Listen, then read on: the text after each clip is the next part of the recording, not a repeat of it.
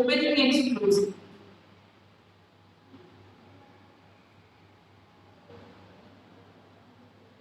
Openings of stomata is very important for exchange of gases, for exchange of water, for the water transport to transpiration, etc. So, when is the stomata open? So, the stomata has two cells surrounding it. This is one cell. This is one cell. These two cells are God cells, and around the God cells, these are the adjacent cells that are present.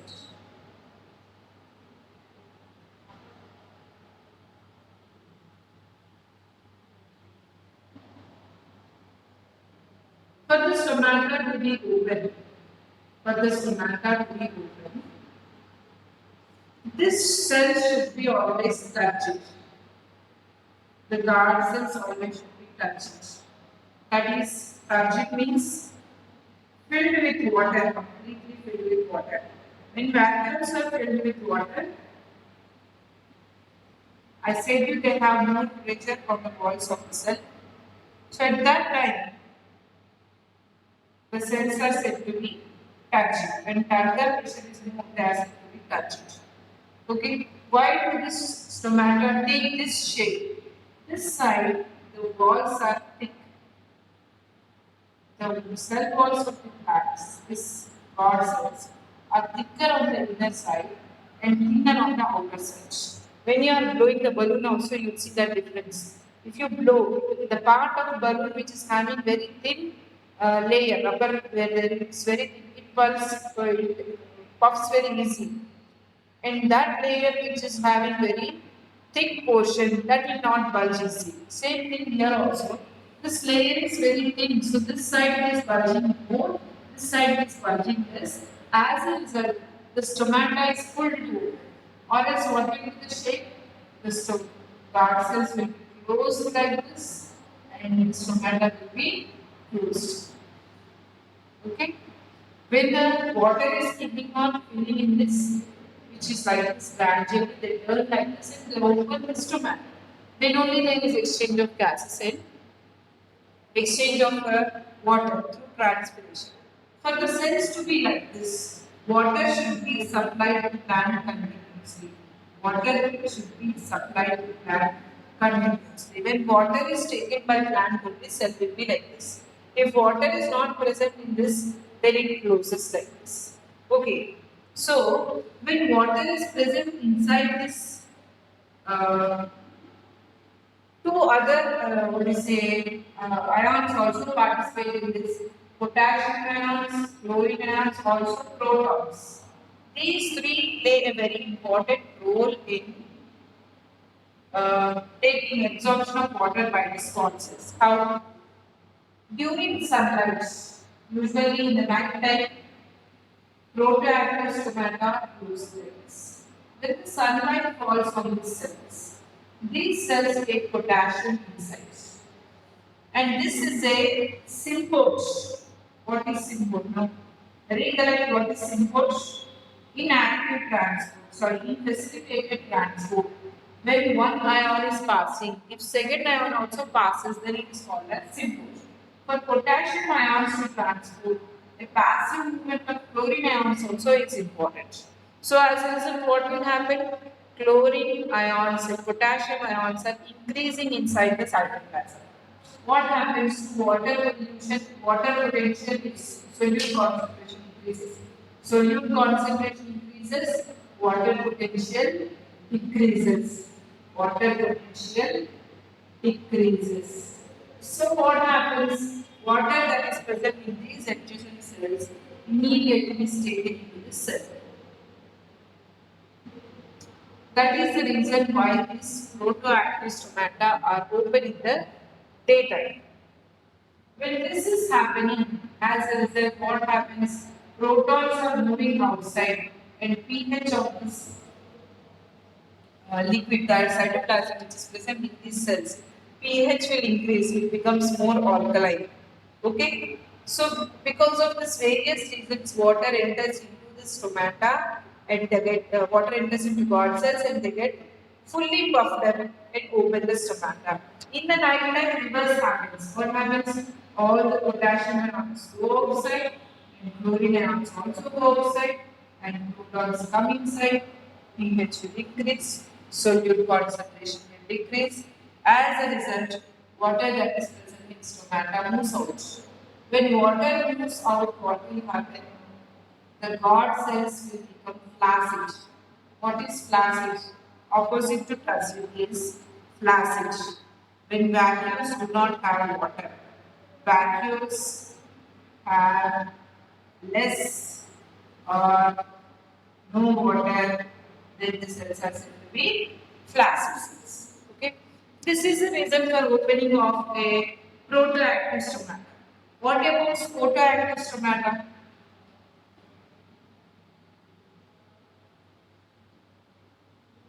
In case of photoactive stomata, the organic compounds, when the photosynthesis takes place in photoactive stomata, nighttime or daytime? Nighttime only. In nighttime only. So, when I said you about C4 plants, I said you that C4 plants participate in photosynthesis in night time. Once let us revise. We have bundle sheet cells around them. After that, we have mesophyll cells. What will happen? The carbon dioxide is taken in the daytime and that is converted into Calvin cycle in night time. This is taking place in C4 plants. Do you remember this? We have already discussed about this in photosynthesis chapter.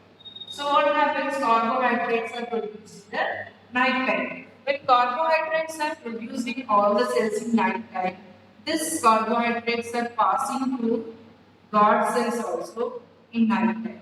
As a result, what happens? Concentration of a solute will increase here in the night time and water is entering inside. Along with the organic solutes that are entering inside, when concentration increases, water also increases. As a result, photoactive matter open in the night. And when the daytime, when the day again, when the night ends and day starts, what happens? Organic molecules productions will stop. Because of decrease in organic molecules production, the guard cells will not get any organic molecules and water is moving outside. That is how photoactive stomata operates. Okay? Why is it so important? Why transpiration should occur? Actually, when I am speaking about transpiration, I said you if you supply 100 ml of water to the plant, 999 ml is lost in transpiration. Then it is wasting water. Why should transpiration occur? Transpiration is considered as a necessary evil. Necessary evil. It is necessary, but it is evil. So much water is lost, but it is very important to occur. Why it is important to occur? See, if water is going up, then only all the plant water that is present in roots can come to the top. If the water that is present in leaves is not escaping into the air, the water that is present in the root cannot be absorbed. And there is no photosynthesis, water will not be available for all parts of that. If there is flow from roots only, all parts will get receive equally. Suppose if the leaf is stopping the water that it is having, what about the leaves that are newly formed? Those will not get any water. So, for water to be available for photosynthesis, movement of water from soil, plant, atmosphere continuum is very important. Water for photosynthesis. Firstly, when water is able to move up, then only the mineral salts that are present in soil can be taken up by plants. When we supply sufficient amount of water, then only minerals can be taken up. For that, transpiration should put up. That is one thing. And for rainfall, atmospheric rainfall, for maintenance of atmosphere, maintenance of atmospheric pressure, atmospheric temperature, sorry, not pressure. Temperature, it's very important. And one more thing, for the exchange of gases in plant also, this transpiration is very important. Why? When the stomata is open, only exchange of gases can occur. For the exchange of gases to occur, the cell should be touching. That means water should come out. So to open stomata, so transpiration is very important. So these are the various uses of transpiration. Right? And the final topic for today is pressure flow hypothesis.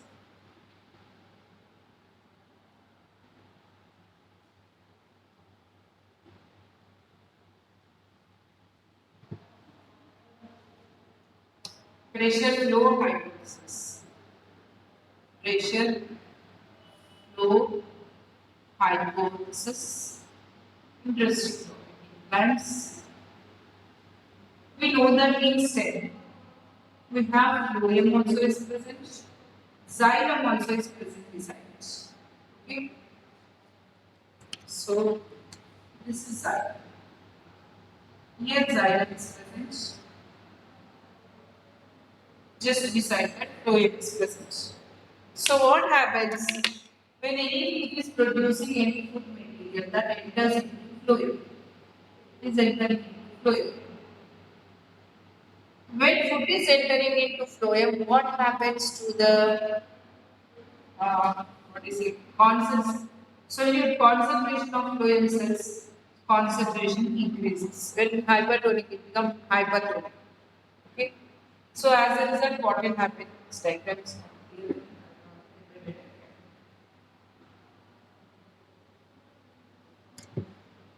This is the phloem tissue cell entering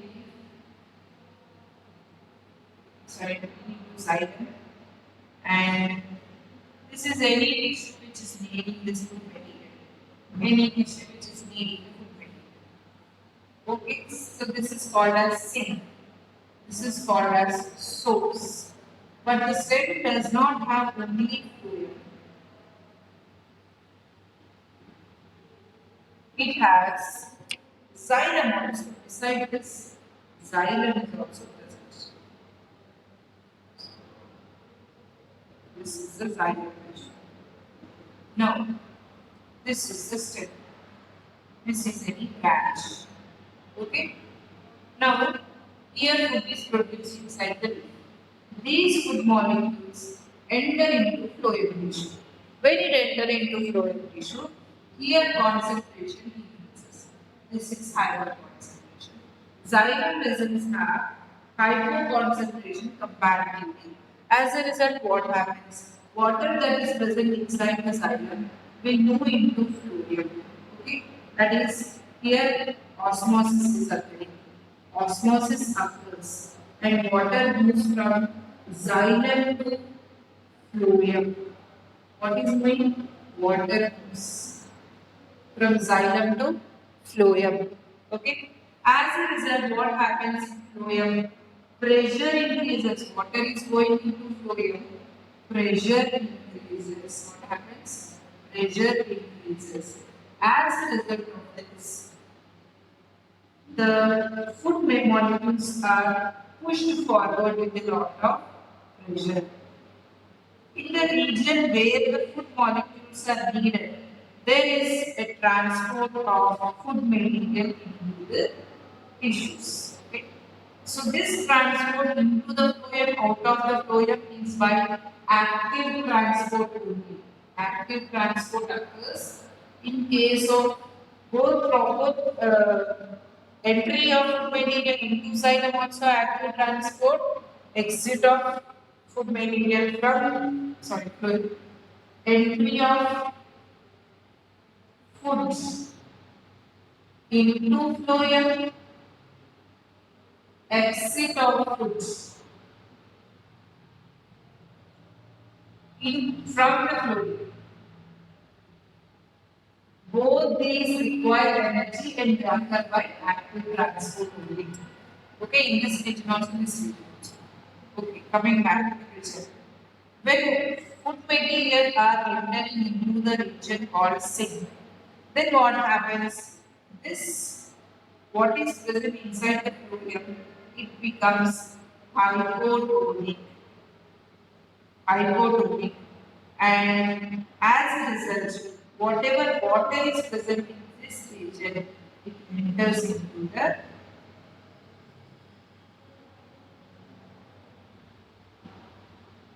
sorry, water that is present inside the phloem that exits hypotonic to hypertonic.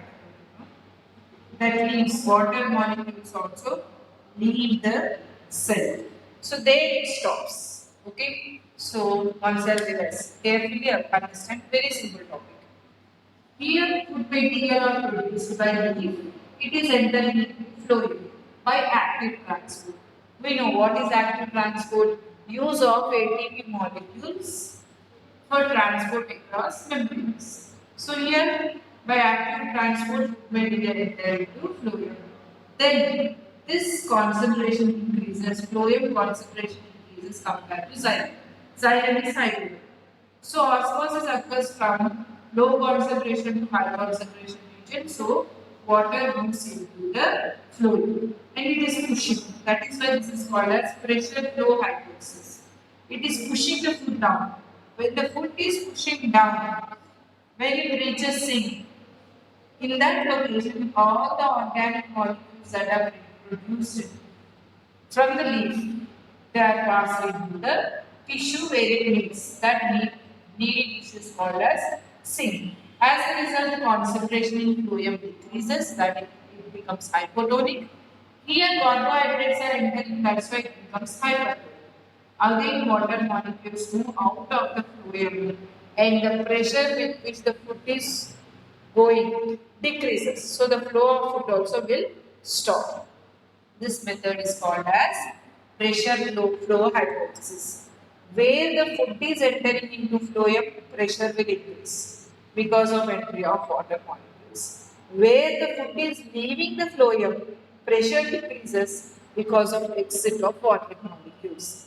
That is pressure flow hypothesis. What pressure flow hypothesis is saying? When food enters, when food enters phloem,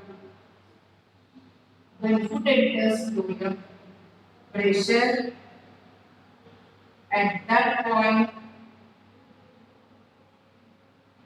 increases because of water molecules are entering. When food leaves phloem, pressure at that point decreases. Is it clear now?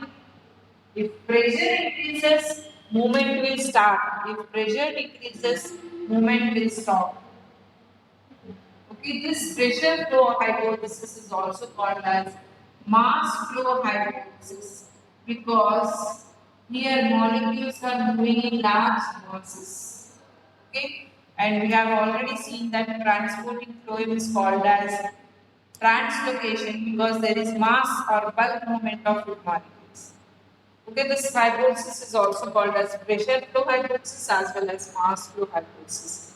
Pressure flow hypothesis because pressure exerted by water molecules is pushing the food forward. Mass flow hypothesis because food molecules are moving in large quantities. Okay.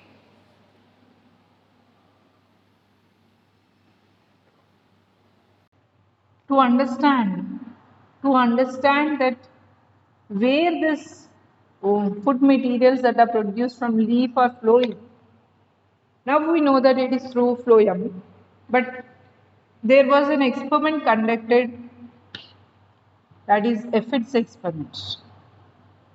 Okay, so in the stem region, below the bark, cortex cells, next phloem tissue comes.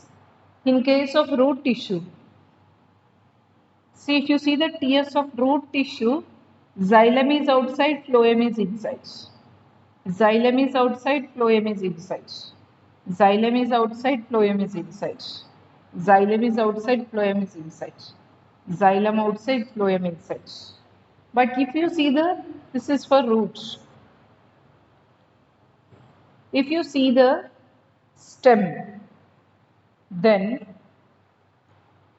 phloem is outside, xylem is inside. Phloem is outside, xylem is inside. This is the reason why when roots absorb water directly it enters into xylem. But in case of stem region, phloem is towards outside.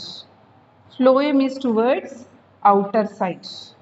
So there was a small insect which is called as aphids. Like a small fly it is, but its size is equal to dot size. You put one dot with your pen, how much small it will be? That much small insect this is. It pierces its proboscis, this long proboscis, it will pierce through the small stems. It cannot pierce through very big stems. It will choose small, very small herbaceous plants and it pierces its proboscis to drink the whatever plant juices are there. And scientists chose this one to conduct their experiments. What they did is they killed the insect when it is drinking the sap from phloem tissue. They killed that insect and cut it at the end of proboscis. Now proboscis is in the stem, and they observed that droplets of sweet juice is coming from here. Sweet juice is coming from here. When it is tasted, it is sweet. So, what happens? They cut the stem of this plant and observed that the proboscis is extended till phloem. So that is how they understood that phloem conducts water. Okay.